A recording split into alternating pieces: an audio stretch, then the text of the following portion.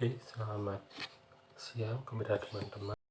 Kali ini saya akan menyampaikan terkait satu buah hal dalam materi sosiologi pembangunan, dan hal ini berkaitan dengan revolusi industri keempat atau revolusi industri 4.0.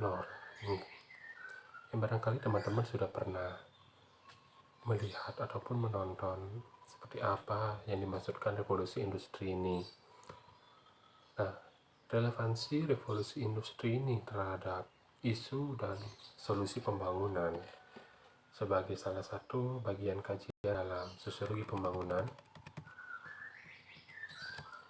saya akan mengambil beberapa poin dari buku yang menjadi sumber dari revolusi industri keempat ini, yaitu buku The Fourth Industrial Revolution yang ditulis oleh Schwab tahun 2017. Dia menjelaskan bahwa revolusi industri itu terdiri dari 4 tahap.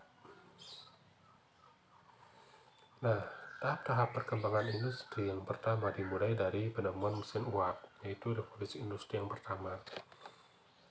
Nah, penemuan mesin uap ini menjadi cikal bakal dari revolusi industri di era abad ke-18. Ini menjadi suatu cikal bakal mulai berkembangnya industri hingga sistem transportasi juga berkembang dengan penemuan dan pemanfaatan mesin uap ini. Yang berikutnya yaitu revolusi industri melalui energi listrik. Inilah yang menjadi revolusi industri yang kedua. Nah, dengan adanya penemuan-penemuan listrik ini mulailah muncul alat-alat elektronik yang membantu kebutuhan dan aktivitas manusia, seperti tentunya lampu, mesin telegraf untuk mengirim pesan, hingga teknologi ban berjalan sebagai salah satu cikal bakal dari perkembangan transportasi di revolusi industri yang kedua. Nah, revolusi industri ketiga yang tentunya menjadi cikal bakal dari revolusi industri keempat ini yaitu perkembangan teknologi komputasi. Bagaimana perkembangan teknologi komputasi ini pada awalnya terkait dengan bagaimana penggunaan algoritma matematika untuk memudahkan kepentingan manusia, untuk memudahkan sistem pengolahan data yang cukup rumit, agar yang rumit ini bisa disederhanakan, sebagaimana visi dari Steve Jobs. Bagaimana hal-hal rumit dalam teknologi informasi, teknologi yang dianggap sebagai sebuah hal yang hanya bisa dikuasai oleh orang-orang yang memang insinyur teknik ketika itu, bagaimana dengan cara mensimplifikasi teknologi ini hingga pada akhirnya bisa memberikan manfaat yang sangat bermakna, manfaat yang memang bisa digunakan secara masif oleh publik sehingga menjadi satu hal yang biasa, sebagai satu hal yang mainstream. Nah, itulah mengapa dalam revolusi industri ketiga ini menjadi cikal bakal kemunculan revolusi industri keempat. Nah, perkembangan teknologi di masa revolusi industri ketiga ini mengintegrasikan dunia fisik, digital, dan biologis. Hingga integrasi ini mempengaruhi disiplin ilmu ekonomi, industri, hingga perpolitikan yang tentunya mempengaruhi pemerintahan itu sendiri. Nah, kita memasuki ke revolusi industri keempat ini, di mana dalam revolusi industri keempat ini bidang-bidang yang mengalami terobosan dalam kemajuan teknologi yang terbarukan ini yaitu bagaimana adanya robot dengan kecerdasan buatan atau artificial intelligence robot yang teman-teman pasti sudah tahu, dan barangkali sudah beberapa dari kalian yang sudah menggunakan, yang menjadi kepintaran buatan ini, kecerdasan buatan ini.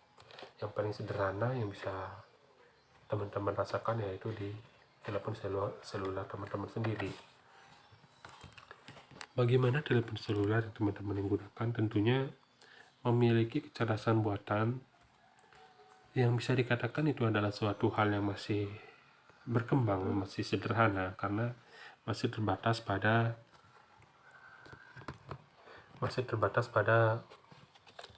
sistem pengolahan gambar. Bagaimana gambar yang diolah, yang diterima oleh sensor yang dimiliki oleh telepon genggam Anda. Nah, pengolahan gambar ini akan menggunakan kecerdasan buatan untuk memproses apakah gambar ini bisa mereka baca atau dibaca oleh sistem sebagai sebuah objek hidup, ataupun misalkan filter dari gambar itu disesuaikan sehingga pada akhirnya bisa mengubah tone gambar ini, apakah tone-nya lebih hidup ataupun warnanya lebih mencolok. Nah, inilah bagaimana sistem kepintaran buatan ini berjalan. Dan teknologi yang berikutnya seperti teknologi nano, bioteknologi, hingga teknologi komputer kuantum yang diimplementasikan dalam sistem komputasi yang dibuat semakin sederhana, semakin kecil, hingga pada akhirnya sebuah komputer itu bisa ada di genggaman kalian. Bagaimana sistem fabrikasi dari sistem sebuah komputer yang pada awalnya berbentuk cukup besar, dan bentuk yang besar ini hanya bisa mengolah sistem komputasi yang sederhana, melalui teknologi komputer nano dan komputer kuantum ini bisa menyederhanakan sedemikian banyaknya proses komputasi, sedemikian banyaknya data yang terolah, hingga pada akhirnya akan meminimalisir dari risiko komputasi yang terdahulu ada, seperti risiko radiasi dan juga sistem panas yang dihasilkan karena adanya komponen-komponen yang saling bekerja. Jika terdahulu misalnya komputer itu menghasilkan panas yang cukup besar, dengan sistem komputasi nanometer yang lebih kecil tentunya akan memberikan kenyamanan dan tentunya risiko panas yang semakin kecil. Nah, ini beberapa dari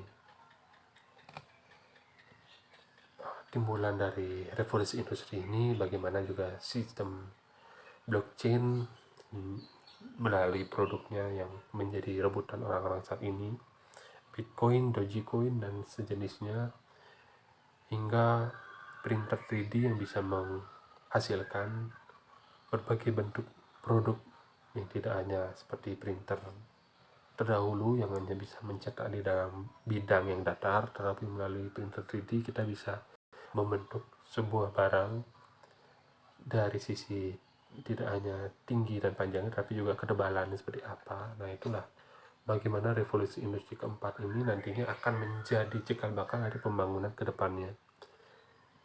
Memang barangkali teman-teman pasti sudah bisa merasakan saat ini bagaimana sistem pendidikan juga sudah mulai tersentuh oleh revolusi industri keempat ini. Tidak hanya karena dipaksa oleh kondisi pandemi COVID-19 seperti sekarang, tetapi juga hal ini bisa menjadi sebuah awal dari revolusi industri, khususnya di bidang pendidikan ke depannya. Kedepannya bisa saja nanti universitas ataupun lembaga-lembaga pendidikan tidak akan lagi terbatas dalam suatu tempat, tapi akan lebih luas.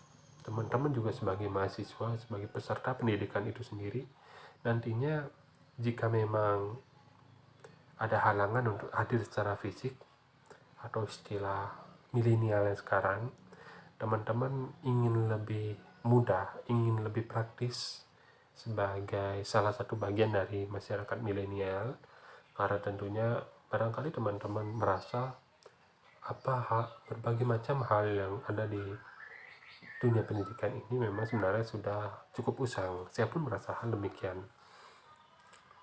Kita masih berbicara dengan dari sisi pembangunan ini dan juga revolusi industri keempat ini, bagaimana pendidikan saat ini sebenarnya kita tidak bisa lagi membatasi diri dari sedemikian ribetnya birokrasi administrasi pendidikan yang harus kita penuhi. Saya pun merasa bahwa pendidikan dengan sistem lama, bagaimana kita harus hadir di tempat, bagaimana kita harus menjalankan pendidikan secara tatap muka meskipun secara pedagogik, memang ada satu dan lain hal yang tidak bisa tergantikan oleh teknologi, seperti komunikasi lisan, bagaimana afeksi dari pengajar terhadap penerima pengajaran. Tapi seiring dengan perkembangan teknologi tentunya akan mengakibatkan perkembangan dari cara pandang orang terhadap pendidikan itu sendiri sebagai salah satu bagian dari pembangunan. Bagaimana nantinya teman-teman bisa melihat pendidikan bukan lagi sebagai sebuah satu hal administratif dan birokrasi yang harus dipenuhi secara kehadiran, tetapi kehadiran itu bisa terwakili oleh sistem informasi ini. Bagaimana nantinya teman-teman bisa memilih sendiri sebagaimana di sistem kampus merdeka seperti sekarang dan juga merdeka belajar. Meskipun untuk saat ini sistem dan uh, cara pandangnya masih prematur untuk diterapkan di sistem pendidikan Indonesia sendiri sekarang, tetapi yang saya lihat nantinya bagaimana pembangunan pendidikan melalui sistem merdeka belajar dan kampus merdeka ini akan menekankan bahwasannya pendidikan tidak lagi harus dibatasi oleh administratif dan birokratif ini, tetapi teman-teman juga akan mengutamakan dari sisi konten itu sendiri, konten pendidikan yang lebih pentingnya. Teman-teman bisa memilih seperti apa konten yang diinginkan. Akan lebih banyak keleluasaan alternatif bagi teman-teman untuk bisa melaksanakan pendidikan tidak hanya terbatas dari sistem pengajaran di depan kelas itu sendiri.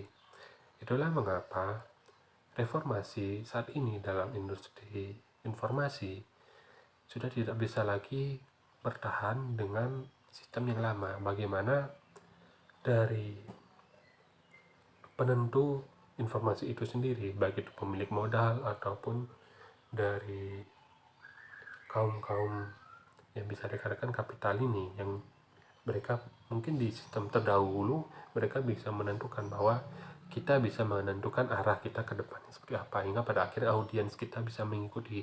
Tapi sekarang dengan bagaimana mudahnya orang-orang bisa menentukan konten yang mereka miliki, apapun akan berbasis dengan konten, mengikuti dengan ekosistem yang ada. Tentunya kita bisa memilih apa yang kita inginkan, kita bisa leluasa, tidak akan membatasi diri kita mengikuti apa yang sudah diatur, baik itu oleh tren ataupun siapapun pihak yang lebih tinggi posisinya dalam satu bidang dan bidang lainnya, khususnya dalam pendidikan misalnya. Meskipun ada sedemikian banyak aturan, tetapi tetap saja orang-orang atau manusia bisa memilih apa yang mereka inginkan karena memang didukung oleh ekosistem ini, ekosistem revolusi industri, dan juga bagaimana semakin mudahnya akses terhadap informasi melalui ekosistem yang internet yang saling terhubung seperti saat ini. Nah, inilah yang menjadi pandangan dalam sosiologi pembangunan ini, bahwasanya yang nantinya menjadi modal sosial bagi orang-orang tidak lagi adalah modal yang bisa ternilai, baik itu ternilai secara uang, tetapi yang menjadi penentunya adalah siapa yang akan menguasai informasi itu sendiri. Semakin banyak kita bisa menguasai informasi, semakin banyak kita bisa mengarahkan publik massa berdasarkan penguasaan informasi yang kita punya, kemampuan kita menguasai dan mengarahkan informasi terhadap publik ini, dialah yang akan menguasai revolusi industri keempat ini. Tentunya bahkan orang yang memiliki modal kapital sebesar apapun, jika dia tidak menguasai informasi, dia pada akhirnya akan mengikuti informasi ini. Ini sudah banyak terjadi, bagaimana perkembangan Bitcoin itu sendiri sebenarnya itu sebagai sebuah awal saja menurut saya, hingga pada akhirnya muncul seorang seperti Elon Musk ini dengan tweetnya dia sendiri, hingga pada akhirnya publik benar-benar mengikuti apa yang dia omongkan melalui tweetnya dia, hingga pada akhirnya sebenarnya apa yang dia gunakan sebagai sebuah lelucon di Dogecoin itu, koin yang berlogokan kepala anjing itu yang pada akhirnya cara dia untuk mentransformasikan informasi yang dia miliki, hingga pada akhirnya itu diikuti oleh publik, dan pada akhirnya sebesar apapun modal yang dimiliki, baik orang yang menguasai Bitcoin pasti akan kalah dengan orang yang menguasai informasi. Dalam hal ini adalah cara seorang Elon Musk untuk merahkan informasi atau mendistrupsi informasi, yang pada akhirnya inilah teori revolusi industri itu berjalan.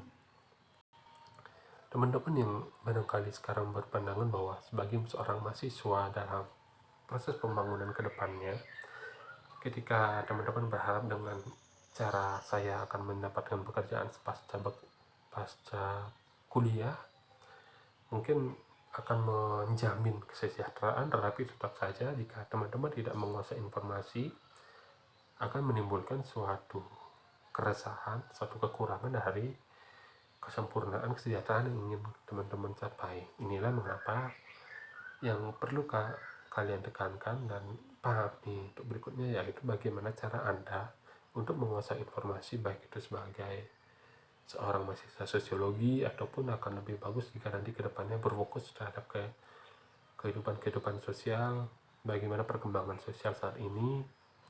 Di sana Anda menguasai dan benar-benar bisa mengarahkan pandangan-pandangan sosiologis ke depannya. Nah, itulah yang menjadi modal bagi Anda nantinya. Kembali lagi ke fokus kajian kita dalam hari ini, dalam sosiologi pembangunan, khususnya dalam era revolusi industri keempat ini, yang memang banyak tantangan dan perlu banyaknya reformasi. Tantangan-tantangan ini baik dari munculnya era digital, dan tentunya era digitalnya akan menimbulkan suatu ekspektasi akan keterbukaan, kecepatan, dan juga akurasi layanan publik yang diberikan pemerintah. Tantangan lain yang menjadi harapan ataupun tantangan yang akan menjadi kemunculan di kedepannya, yaitu bagaimana kontrol komunitas yang tentunya akan semakin besar, di mana pemerintah tidak bisa lagi menjadi sebuah monopoli dari setiap informasi, tetapi dengan semakin banyaknya komunitas ini tentunya akan semakin menimbulkan banyak disrupsi terhadap pengambilan keputusan.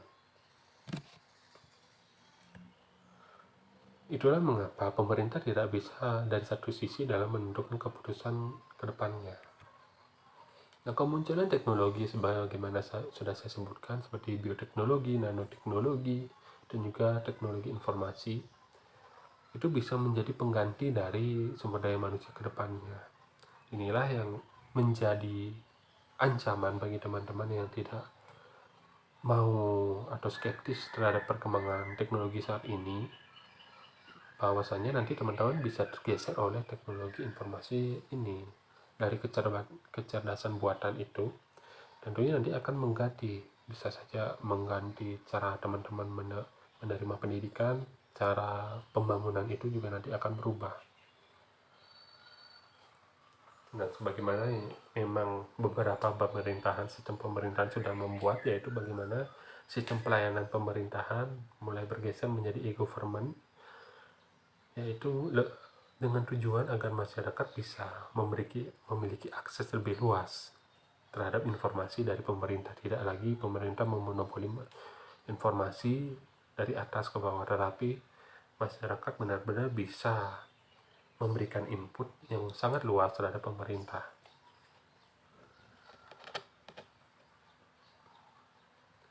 Tetapi tetap saja disrupsi informasi seperti ini akan menimbulkan risiko-risiko terkait sistem keamanan ataupun privasi. Privasi data tentunya akan terancam jika semakin terbukanya akses terhadap data itu sendiri. Seaman apapun sistem itu mengamankan data mereka, tentunya pasti akan ada celah untuk bisa membuka dari keamanan data itu sendiri. Nah, bagaimana juga